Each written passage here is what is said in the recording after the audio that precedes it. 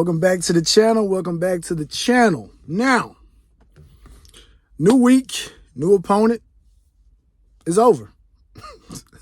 I'm saying new week, new opponent like this is Monday or something. Like, no, but you get the gist of what it is that I'm saying. Who wants it more? Right? And if you had to probably place some money as a wager or who you think wants it more, obviously all the money has to go to Georgia Tech, because the performance that we displayed this past week in a rivalry game in a absolutely packed house, and that is what we put out there on the field for everyone, right? So I would assume Ja'Cory would get the start. You know, I would assume that maybe some things may look a little bit, different, but the offense probably will be limited in what it is that Ja'Cory can do. But hopefully we do get some, we do get to see something, because I feel like that unlike Rashada and Emory Williams, Ja'Cory has the upper hand, by putting some footage on film, and should probably go into spring as QB1 in the event that, Tyler Van Dyke and, Jay Garcia don't return, which the way it's looking, Mario don't want y'all. You just didn't hear from me. Just the way that y'all have been handled. I don't think he wants y'all. But I'm gonna be honest with y'all, I really don't watch, aside from Florida State and maybe Clemson, I don't really watch a lot of other ACC games, because the play, it feels like I would rather occupy my football Saturday watching other games, because it doesn't look the same. I don't know if it's the cinematography or what the situation is, but it doesn't look the same. The only games that kind of look like those impact games sometimes that we see, in the SEC, or back in the, when Florida State was still good and Clemson was trying to come and take their throne. Those are the only games where it was like, okay, this is some high-level football on the field here that I see in the ACC. And obviously I watch our team, so that's kind of enough that I can feel like it's digestible. So I don't really know anything about Georgia Tech. I know Jahmyr Gibbs left. I know Sims got hurt. I do know that last year was a very close game. Now, if you guys who say that Charleston Rambo bailed us out, this is Exhibit A, I guess.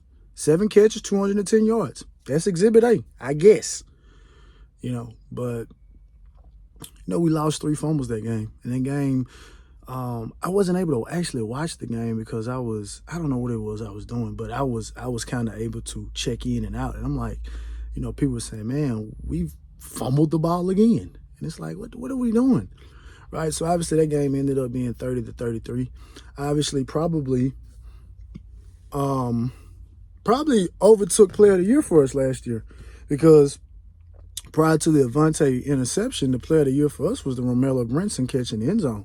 But I do think that play that Avonte had, where he literally jumped over the guy to catch the interception, that's high-level stuff right there. So I think that probably could have been the Player of the Year. So, like I said, money on the table. I think Georgia Tech may want it more. The interesting thing about this, perhaps, is, there are people stating that Georgia Tech saying that they're looking to invest in their football program. And we know that, the Atlanta metro area and surrounding areas around it, they're playing some pretty good football. So if they can bring in a coach who can deal with the academic standards that they have at that particular school, which they've had some good players that come through there that are smart. So I'm not going to look at that necessarily as much of a hurdle as some people look at. So, but I think they can get some guys in there. If they get the right coach in there, I think them similar to UNC, they're going to be a thorn in our side, which Georgia Tech has always been a thorn in our side in the reality of the situation. Even when the later 2000s, when, obviously when we weren't 2001, 2002, we weren't vintage Miami, but those, 04, 05, 03, 06 teams and stuff like that in that particular era, Georgia Tech really gave us some battles. Obviously, you're playing all year for regular offenses, and then you definitely have to play assignment, level football against Georgia Tech, right? And the series is tied 13-13, right? So we tied it up, right? And I was trying to look and see that was there any advantage with Georgia Tech being at home versus us. I really didn't see one, and I tried to just go to doing it from 2000, and excuse me, but I don't really think it's much of an advantage. I think it's just going to come down to which team wants it more. I don't know, because, like I said, I'm not the body language guy, right? I'm not the body language guy. I look at it more so of a situation because guys are saying, there's no pride on the team and guys are being soft, they're quitting. All I see is that, you feel as a player that you sometimes are not being put in a situation to succeed. So instead of just trying to make it work when the chips are already down, it's like, bruh, you can't, we're not in a position to win now, and the game is down, and y'all are showing that the shortcomings that y'all have in certain particular aspects, So obviously, if any of y'all watch Coach Hayes football, he does the good, bad, and ugly series. And I was listening to Canesville. They had Warren Sapp on there. And the thing that they said, the very first play of the game was we were outflanked. We were outflanked on the very first play of the game. And that issue did not get corrected throughout the entire game. So, again, I don't know football, but I know what it means to be outflanked. I mean, I know football, but some of the technical stuff, because I played in the secondary.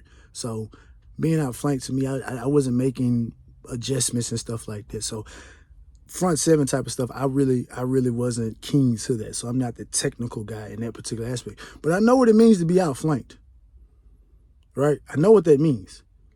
And we could say that's a player issue, that's a coaching issue. But my thing of it is like, look, if you're continuing to do it, and if they're giving this look in scout team, and you come out first play of the game, and you look like that,